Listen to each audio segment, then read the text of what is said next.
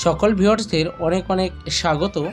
যারা চ্যানেলটি এখনও সাবস্ক্রাইব করেনি অতি সত্বর সানামবালা চ্যানেলটি সাবস্ক্রাইব করে পাশে থাকুন এবং সোনাইকে এইভাবেই দেখতে থাকুন।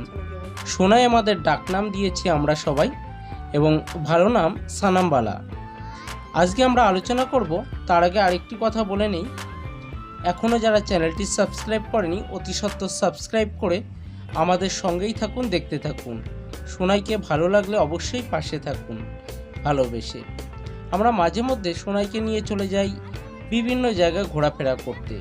আজকে সেই ব্যাপারে কয়েকটা বাচ্চার খেয়ালের ব্যাপারে কয়েকটা টিপস বলবো।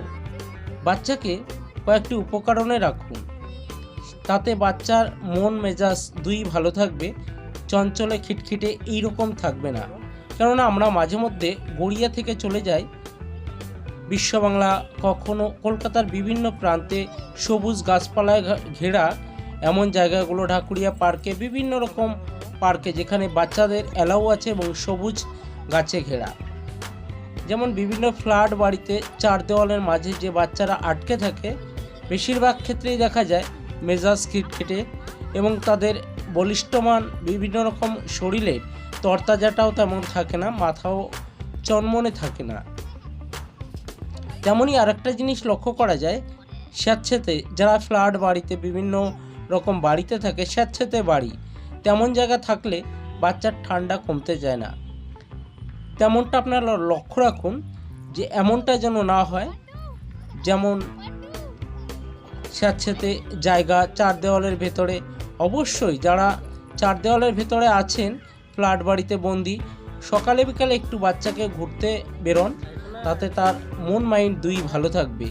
আপনার বাড়ির আশেপাশে সবুজ ঘেরা গাছপালার অংশে এইবার বাচ্চা এইভাবে দেখবেন দেখতে দেখতে বড় হয়ে গেছে। এবং তার খেয়াল রাখবেন জামা কাপড়ের ব্যাপারেও কিছু খেয়াল রাখবেন। গরমের সময় আমরা গেঞ্জির কাপড় হলে অনেক সময় মোটা কাপড় দিলে পরে সেই ঘামটা বসে গিয়ে বাচ্চার ঠান্ডা লাগতে পারে, সেদিকেও আপনারা একটু লক্ষ্য রাখবেন। আর এদিকে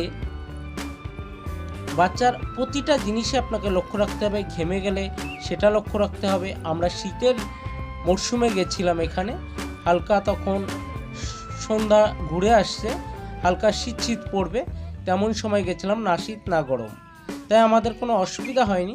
বাচ্চা খেলাধুলা করলে অবশ্যই ঘাম মুছিয়ে দেবেন, কেননা এই ঘাম থেকেই আপনার বাচ্চার ঠান্ডা, সর্দি, কাশি, বিভিন্ন রকম রোগের উপসর্গ দেখা দিতে পারে। অবশ্যই রোগের উপসর্গ দিলে বাচ্চাকে প্যারাসিটামল জ্বর আসলে খাওয়াতে পারেন, ব্যথায়ও খাওয়াতে পারেন, তবে ডাক্তারের পরামর্শ অবশ্যই নেবেন। এবং ঠান্ডা কাশির জন্য বিভিন্ন রকম অ্যান্টিবায়োটিক এবং বিভিন্ন রকম ওষুধ বেরিয়েছে, সেগুলো ডাক্তারের পরামর্শ মেনে আপনারা অবশ্যই খাবেন। বাচ্চাকে খেয়াল রাখবেন আরও কতগুলো জিনিস। খাবার দাবার সম্পর্কে কিছু ফাইবার জাতীয় জিনিস খাওয়াবেন, যেমন হতে পারে মাটির উপরে হওয়া ফাইবার জাতীয় খাবার, যেমন গ্রিন সবজি, এইটা আপনারা খাওয়ান যাতে ফাইবার থাকে। এমন খাবার অনেকই আছে, উচ্ছে, ঝিঙে, পটল থেকে হচ্ছে, হয়তো বাচ্চারা উচ্ছেটা খাবে না, নানান রকম সবজি জাতীয় গ্রিন সবজিটা খাওয়ানোর চেষ্টা করুন যাতে ফাইবার থাকে। বাচ্চার ওজন যদি ঠিকঠাক না থাকে আপনি খেজুর খাওয়াতে পারেন, তবে অবশ্যই বাজারে অনেক ধরনের খেজুর পাওয়া যায়, একটু ভালো খেজুরই নেবেন। যেটা একটা পাওয়া যায় গুড় গোলা জলে তৈরি হয়, মানে সিদ্ধ করে, ওটা এমনটা নেবেন না, যেটা একটু ভালো। এই চকলেট যেমন ক্যাডবেরি, এগুলো থেকে অনেক দূরে থাকবেন। আইসক্রিম, চিপস, কেননা এই প্যাকেট জাতীয় খাবার ছেঁড়া যে জিনিস ছিঁড়ে খেতে হয়, বাচ্চাকে টপ করে দেবেন না। মোবাইল দেখানো থেকে দূরে রাখবেন। এই সমস্ত নানান রকম সতর্কতা আপনাকে অবলম্বন করতে হবে। আর বাচ্চাকে অবশ্যই একদম খোলামেলা পরিবেশে অবশ্যই ঘোরাতে হবে। আর তেলে ভাজা বিভিন্ন রকম ফাস্টফুড জাতীয় জিনিস, এগুলো এড়িয়ে যেতে হবে। এগুলো কখনোই বাচ্চাকে খাওয়ানো যাবে না, এতে বাচ্চার অনেক রকম সমস্যা হতে পারে, যেগুলো বলতে পারবে না। পটির সমস্যা থেকে শুরু করে শারীরিক স্বাস্থ্যের অনেক রকম সমস্যা হতে পারে। অনেক বাচ্চার হয় না, তাই বলে খাওয়াবেন এটা নয়। এটা বেশিরভাগ বাচ্চারা বলতে পারে না, তাই আমরা অনেক সময় বুঝি না। এই জিনিসগুলো থেকে একটু সতর্ক থাকবেন।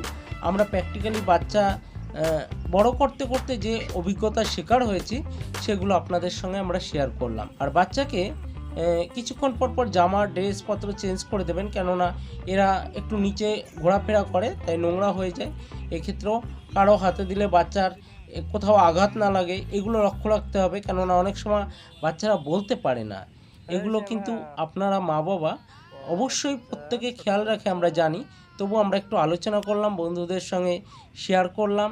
এগুলো অবশ্যই আমরা নেক্সট ভিডিওতে এমন অনেক জিনিসগুলো শেয়ার করব, যেগুলো থেকে আপনারা জানলেও সেগুলো অজানা থেকে যাবে। তো যাই হোক, আজকে এই পর্যন্ত। আমরা বিশ্ব বাংলা চলে এসেছিলাম গড়িয়া থেকে। সঙ্গে থাকুন, দেখতে থাকুন।